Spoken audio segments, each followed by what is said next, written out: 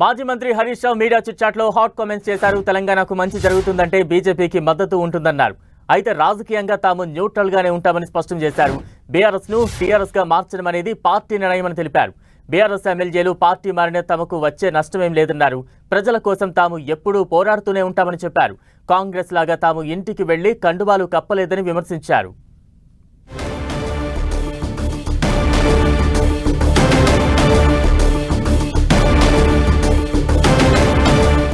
ఎమ్మెల్యేలు పార్టీ మారినా మాకు ఎటువంటి నష్టం లేదంటూ కూడా మాజీ మంత్రి హరీష్ రావు స్పష్టం చేశారు. తెలంగాణలో మళ్లీ అధికారంలోకి వస్తామంటూ కూడా ఒక ధీమాను వ్యక్తం చేశారు. కాంగ్రెస్ ప్రభుత్వాన్ని కూల్చే ఉద్దేశం లేదు అంటూ కూడా హరీష్ రావు చిట్చాట్లో ఈ సందర్భంగా ఈ వ్యాఖ్యలు చేశారు. మాజీ మంత్రి హరీష్ రావు కొన్ని హాట్ కామెంట్స్ అయితే చేశారు.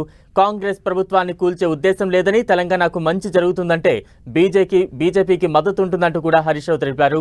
అంశాల వారీగా కేంద్రానికి మద్దతు ఉంటుందంటూ కూడా ఈ సందర్భంగా చిట్చాట్లో వివరించారు. అయితే రాజకీయంగా న్యూట్రల్ గానే ఉంటామంటూ కూడా హరీష్ రావు క్లారిటీ ఇచ్చే ప్రయత్నం చేశారు.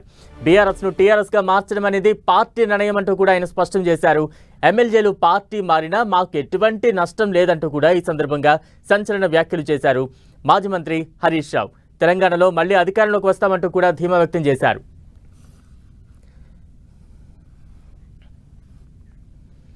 మాజీ మంత్రి హరీష్ రావు కామెంట్స్ కు సంబంధించి తాజా అప్డేట్స్ అందించేందుకు మా ప్రతినిధి అజయ్ సిద్ధంగా ఉన్నారు. అజయ్.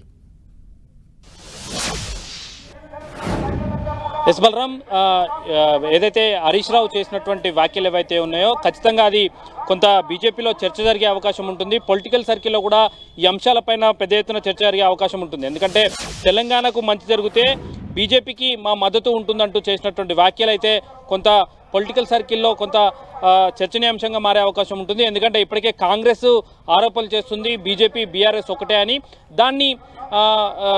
వాటిని డైవర్ట్ చేసేందుకు ఇది కాదు, బీజేపీ బీఆర్ఎస్ ఒకటి కాదు అని చెప్పుకునే ప్రయత్నం ఒకవైపు బీజేపీ నేతలైతే పదే పదే చేస్తున్నారు. ఇటు కాంగ్రెస్ బీఆర్ఎస్కు వ్యతిరేకంగా మేము పోరాటం చేస్తామని బీజేపీ నేతలు చెబుతున్నటువంటి తరుణంలో హరీష్ రావు చేసినటువంటి వ్యాఖ్యలైతే కొంత సంచలనంగా చూసుకోవచ్చు. ఎందుకంటే బీజేపీకి మద్దతు ఉంటుంది, అంశాల వారీగా మా మద్దతు ఉంటుంది, తెలంగాణకు మంచి జరిగి ఉంటే మేము మద్దతు ఇస్తామంటూ ఆయన చేసినటువంటి వ్యాఖ్యలైతే కొంత పార్టీని కానీ మరి పార్టీ నేతలు ఏ విధంగా స్పందిస్తారో కూడా చూడాల్సిన అవసరం ఉంటుంది. అయితే ఇదే సమయంలో మేము రాజకీయంగా న్యూట్రల్గానే ఉంటామంటూ ఆయన కూడా వ్యాఖ్యలు చేసినటువంటి పరిస్థితి మనకు కనబడుతుంది. మేము తెలంగాణలో మళ్ళీ అధికారంలోకి వస్తాము, ఖచ్చితంగా మేము రాబోయే కాలంలో అధికారంలోకి వస్తాము. ఏదైతే ప్రస్తుతం కాంగ్రెస్ 5 సంవత్సరాలు రాష్ట్రంలో అధికారంలో ఉంటేనే మేము ఏంది, ప్రజలకు మా విలువేందనేది తెలుస్తుందంటూ కూడా ఆయన వ్యాఖ్యానం చేసినటువంటి పరిస్థితి కనబడుతుంది. మరోవైపు ఏపీలో చంద్రబాబు పరిస్థితి అందరూ అయిపోయింది అనుకున్నారు, కానీ దానికి భిన్నంగా మరోసారి ఆయన అధికారంలోకి వచ్చారు.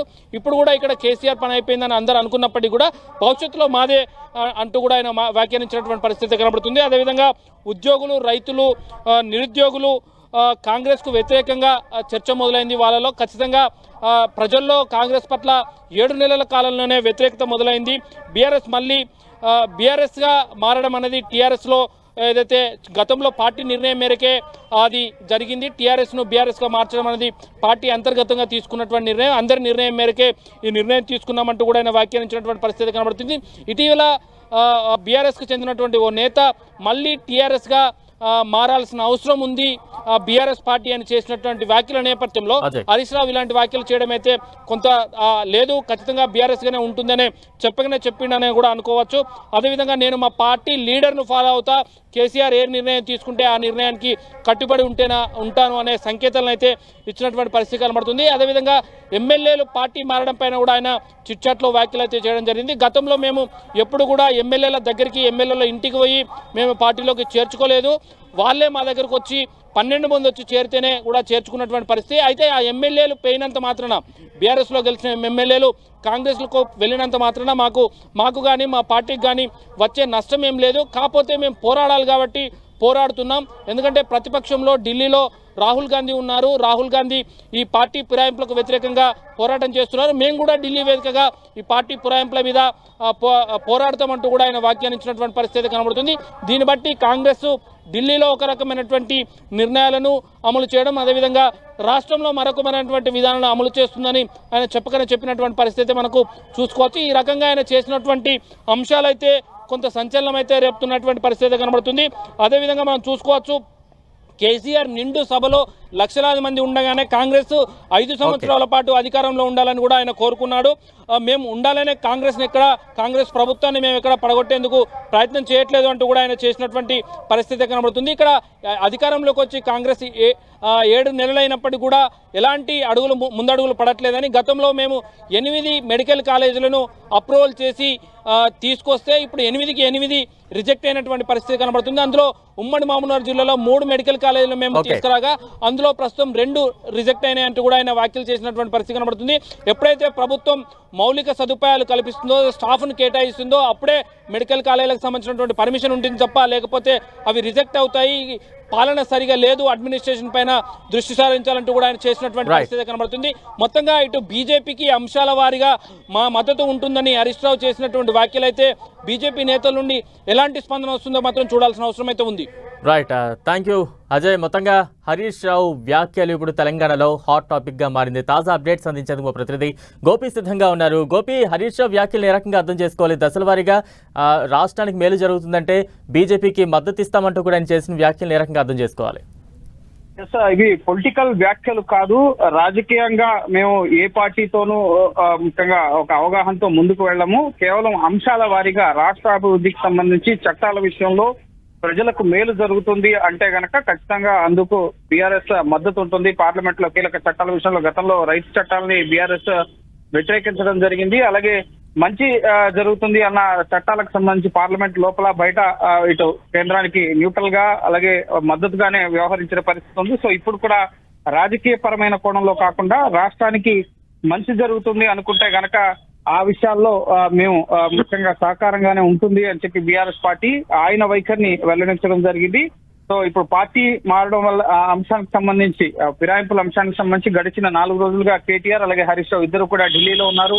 కవిత లిక్కర్ పాలసీ, సిబిఐ, ఈడీ కేసుల్లో హైకోర్టులో బెయిల్ రిజెక్ట్ అవడంతో సుప్రీంకోర్టుని ఆశ్రయించే అంశం పైన ఎటువంటి కార్యాచరణతో ముందుకు వెళ్ళాలి. అలాగే పార్టీ ఫిరాయింపులకు సంబంధించి 7 ఎమ్మెల్యేలు 6 ఎమ్మెల్సీలు ఒక ఎంపీ పార్టీ మారడం జరిగింది. సో ఈ అంశం పైన స్పీకర్ కనుక ప్రస్తుతం హైకోర్టులో కేసు నడుస్తుంది కాబట్టి సో అక్కడ స్పీకర్ నిర్ణయం తీసుకోకపోతే కనుక 3 నెలల కాల వ్యవధి లోపల ఫిరాయింపులపై నిర్ణయం తీసుకోవాలని చెప్పి గతంలో సుప్రీంకోర్టు ఆర్డర్ ఉంది. ఆర్డర్ ప్రకారం వ్యవహరించకపోతే హైకోర్టులో ఓటు దక్కకపోతే కనుక ఇటు సుప్రీంకోర్టుకి వచ్చే ఆలోచనలో న్యాయ నిపుణులతో సంప్రదింపులు జరపడం జరిగింది కేటీఆర్, హరీష్ రావు. అలాగే ఇక్కడ ఢిల్లీ వేదికగానే పోరాటం చేసేందుకు బీఆర్ఎస్ వ్యూహరచన చేసుకుంటుంది. బీజేపీ అలాగే కాంగ్రెస్ పార్టీ పైన కూడా అంశాల వారీగా పోరాడుతుంది.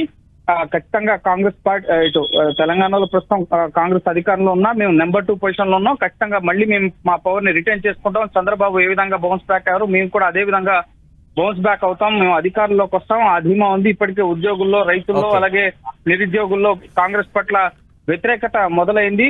కానీ ఇది టూ ఎర్లీ చెప్పడం అనేది, కానీ ఖచ్చితంగా కొంత సమయం ఇస్తాం ప్రభుత్వానికి పనిచేయడానికి. ప్రభుత్వాన్ని అస్థిరపరిచే ఆలోచన కూడా మాకు లేదు. కేసీఆర్ ముఖ్యంగా బహిరంగ సభలోనే చెప్పారు 5 ఏళ్లు వాళ్ళు పరిపాలించాలని చెప్పి కోరుకున్నాం. మేమేమి ఇచ్చారు, వాళ్ళు పరిపాలిస్తున్నారు అనేది ప్రజలకు తెలియాలి, అప్పుడే మా విలువ తెలుస్తుందని చెప్పి కూడా కేసీఆర్ చెప్పారు. కాబట్టి ప్రభుత్వాన్ని అస్థిరపరిచే ఆలోచన మాకు లేదని చెప్పి కూడా హరీష్ రావు చెప్పడం జరిగింది. అలాగే ఇటు ముఖ్యంగా ఇక్కడ ఢిల్లీ వేదికగా ఎన్నికల కమిషన్ అలాగే రాష్ట్రపతి ఇటు లోక్సభ స్పీకర్ వీరందరినీ కలిసి ఫిరాయింపుల అంశానికి సంబంధించి మేము పోరాడాలి కాబట్టి, ముఖ్యంగా పార్టీలు మారడం వల్ల మాకు వచ్చే నష్టమేమీ లేదు, మేము పోరాడాలి కాబట్టి పోరాడుతున్నాం. ఖచ్చితంగా గతంలో బీఆర్ఎస్ నుంచి ఇటు కాంగ్రెస్ పార్టీ నుంచి బీఆర్ఎస్ లో చేరిన వారు ఇటీవల ఎన్నికల్లో ఓడిపోయిన పరిస్థితి కూడా ఉంది. సో ఇప్పుడు కూడా ఎవరైతే పార్టీలు మారుతున్నారో వాళ్ళు ప్రజల్లో నమ్మకం కోల్పోతారు, వాళ్ళకి ప్రజలే తీర్పిస్తారు. సో ఖచ్చితంగా పార్టీలు మారడానికి సంబంధించి మాకు వచ్చిన నష్టమేం లేదు, పార్టీ కూడా ముఖ్యంగా ఏమి నష్టపోవడం లేదు. ఖచ్చితంగా మేము అధికారంలోకి వస్తాం, పూర్వ వైభవాన్ని సాధిస్తామని చెప్పి హరీష్ రావు ధీమాన్ని అయితే వ్యక్తం చేయడం జరిగింది. అలాగే కాంగ్రెస్ ఇచ్చిన హామీలు నెరవేర్చకపోవడం పట్ల, కాంగ్రెస్ పార్టీ